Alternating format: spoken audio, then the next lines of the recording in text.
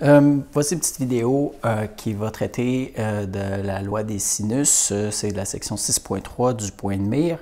Avant de commencer, je vais juste faire un petit rappel de la vidéo précédente, donc celle sur les relations trigonométriques. Première des choses, on retient le fameux SOHCAHTOA. Donc, c'est les trois lois, en fait, les trois relations qui sont identifiées. C'est-à-dire que le SO, c'est la loi en fait, c'est la relation sinus, donc qui fait référence à la relation des côtés opposés à l'angle sur l'hypoténuse. Le cosinus d'un angle, c'est le côté adjacent sur l'hypoténuse. Et la tangente, c'est le côté opposé sur le côté adjacent. On sait que si on veut trouver la mesure des angles, ou la mesure d'un angle, on va utiliser la relation arc-sinus. Sur la calculatrice, c'est le sin-1, ou l'arcos cos-1 et arc-tangente qui est tan-1. Ces relations-là nous permettent de trouver la valeur des angles. Et ça, c'est super important, c'est toujours dans le triangle rectangle. Et c'est là que la loi du sinus devient intéressante. Dans les cas où on n'a pas de triangle rectangle, comme le triangle ABC que j'ai dessiné ici, c'est un triangle qui n'a pas d'angle droit. Donc, on ne peut pas appliquer directement les relations trigonométriques. Sinus, cosinus ou tangente. Par contre, sans refaire la démonstration que j'ai déjà faite en classe, on est capable de faire le calcul, de trouver soit des mesures d'angle ou des mesures de côté avec ce qu'on appelle la loi des sinus. Et la loi des sinus, elle se décline de cette façon-là. A sur le sinus de l'angle A est égal à B sur le sinus de l'angle B, qui est égal à C sur le sinus de l'angle C.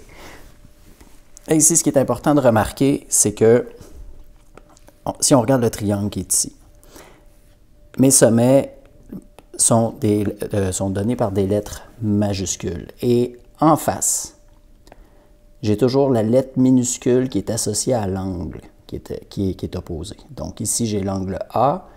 En face, je vais avoir le côté petit a. Si j'ai l'angle B, le côté opposé va s'appeler petit b. Et si j'ai l'angle C, en face, j'ai le côté opposé, petit c. Et ça va être important de tenir compte de ces positions-là des côtés par rapport aux angles, pour pouvoir appliquer la relation, en fait la loi des sinus telle qu'elle est faite. Prenons l'exemple qui est ici, j'ai le triangle GHI, on nous donne un angle. En fait, ici, j'ai deux angles et j'ai un côté.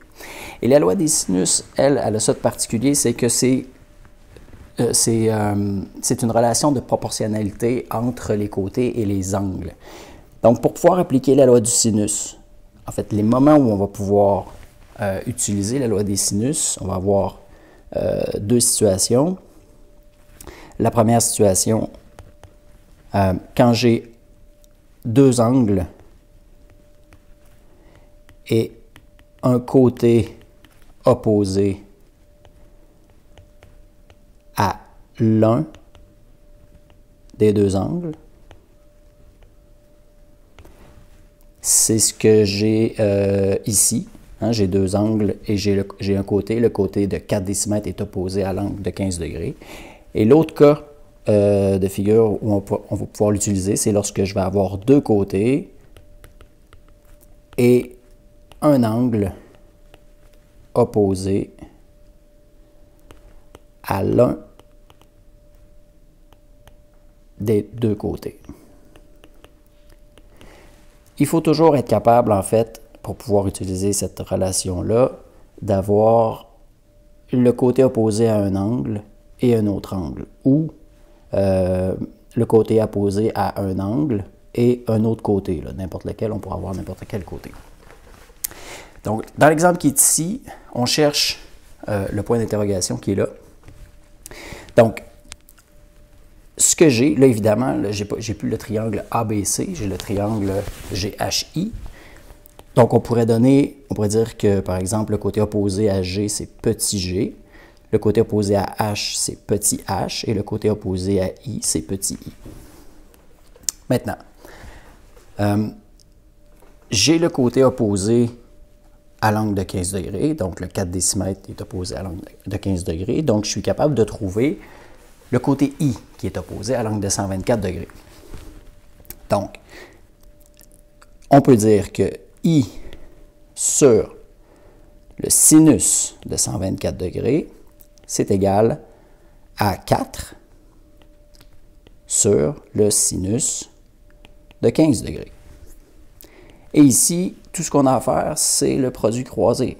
On va faire 4 fois sin de 124 divisé par sin de 15, et ça va me redonner I.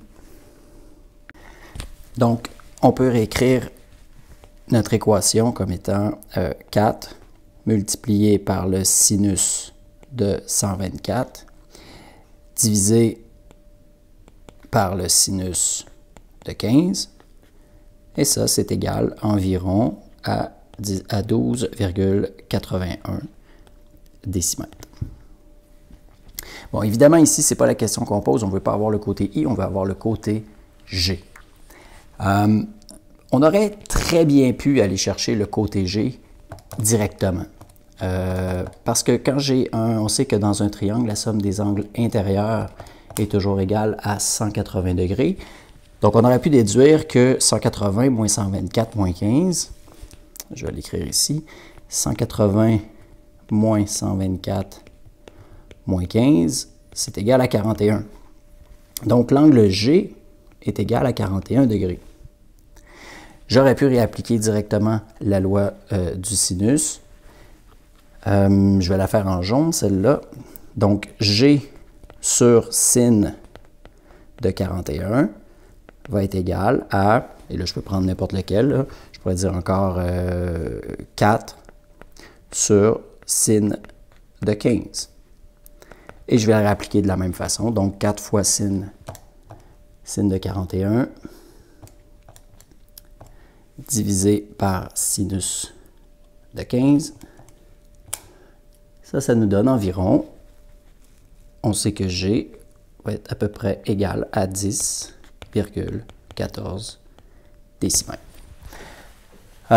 Faites attention quand vous utilisez votre calculatrice, surtout si vous utilisez l'ATI 84, le sinus ouvre une parenthèse et vous entrez à ce moment-là votre angle, il faut fermer la parenthèse avant de procéder à une autre opération. Voilà, j'espère que ça vous donne une bonne idée de l'utilisation de la loi des sinus. Donc, aussitôt qu'on a deux angles et un côté opposé à l'un des deux angles, ou deux côtés et un angle opposé à l'un des deux côtés, on peut appliquer ce produit croisé-là, donc cette proportionnalité-là entre les angles et les côtés.